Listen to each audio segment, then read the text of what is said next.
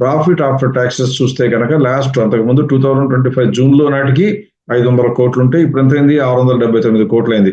పెరగలేదా? పెరిగింది. డబల్ అవలా, 150% పెరగల. ఎంత పెరిగింది? 35-40% కన్నా తక్కువ అనమాట. కాబట్టి సూపర్లేటివ్ జంప్ అంటే కాదు. అందుకే మన సిస్టంలో ఎప్పుడు కూడా ఇటువంటి క్యాలిబ్రేషన్ సరిగ్గా జరగబట్టే వాల్యుయేషన్స్ ఎప్పుడు విపరీతంగా పెంచడం, అక్కడ ప్రాఫిట్ డబుల్ అవ్వగానే మనం కూడా ప్రైస్ డబుల్ అవుతుందని చెప్పేటువంటి పిచ్చి పిచ్చి ఆలోచనలు, మాటలు మన నోటెమ్మట రావు.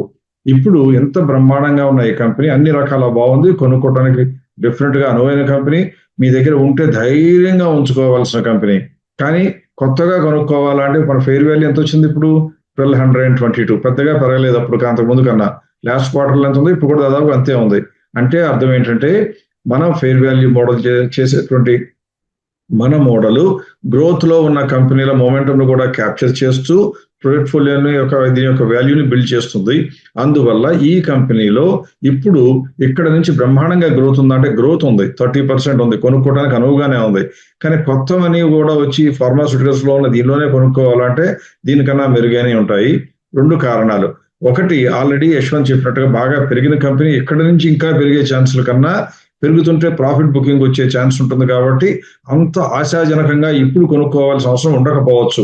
మంచి కంపెనీ, ఉంచుకుని తీరవలసిన కంపెనీ, కొనుక్కుని తీరవలసిన కంపెనీగా మాత్రం చెప్పలేము 30% గ్రోత్ ఉన్నా కూడా. ఎందుకంటే దీనికన్నా ఇదే సైజ్ లో ఉన్నటువంటి కంపెనీలు, చాలా కంపెనీలు రిజల్ట్స్ వచ్చాయి, అన్ని కూడా బాగున్నాయి. కాబట్టి చాలా కంపెనీలు దీనికన్నా మెరుగైన కంపెనీలు మనకు కనపడుతున్నాయి. ఇకపోతే ఈ కంపెనీకి సంబంధించి CDMA అంటే చేసేటువంటి బిజినెస్ అన్ని కూడా ఇలాంటి చేసేటువంటి కంపెనీల మోడల్స్ ఉన్నటువంటి ఈ కంపెనీలు ఫార్మాస్యూటికల్ ఇండస్ట్రీలో ఇప్పటి వరకు పెద్దగా ఇంపాక్ట్ లేదు. జనరిక్ డ్రగ్స్ లో ఉంటారు, ఇది కూడా పేటెంటెడ్ డ్రగ్స్ కాదు. అందువల్ల ఈ కంపెనీకి సేల్స్ ఇంకా అమాంతంగా ఇక్కడ నుంచి విపరీతంగా పెరిగిపోయే ఛాన్స్ ఉందా అంటే ఉండకపోవచ్చు, కానీ కొద్దిగా పెరగడానికి ఛాన్స్ ఉంది.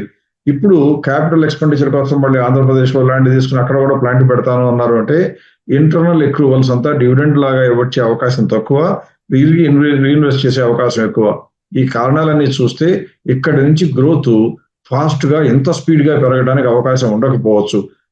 ఉంటే ఉంచుకుందాం, లేకపోతే కనుక కొద్దిగా కొనుక్కుందాం, కానీ భారీగా మాత్రం ఇందులో పెట్టుబడి పెట్టకుండా ఇందులో ఉన్న లాభాలు 1200 రూపాయలకు వస్తే, which is very likely according to me, వచ్చినప్పుడు శుభ్రంగా ప్రాఫిట్లు బుక్ చేసుకుని వేరే కంపెనీలోకి వెళ్దామని ఆలోచించుకుని స్థిమిత పడితే మంచిదని నా ఉద్దేశం.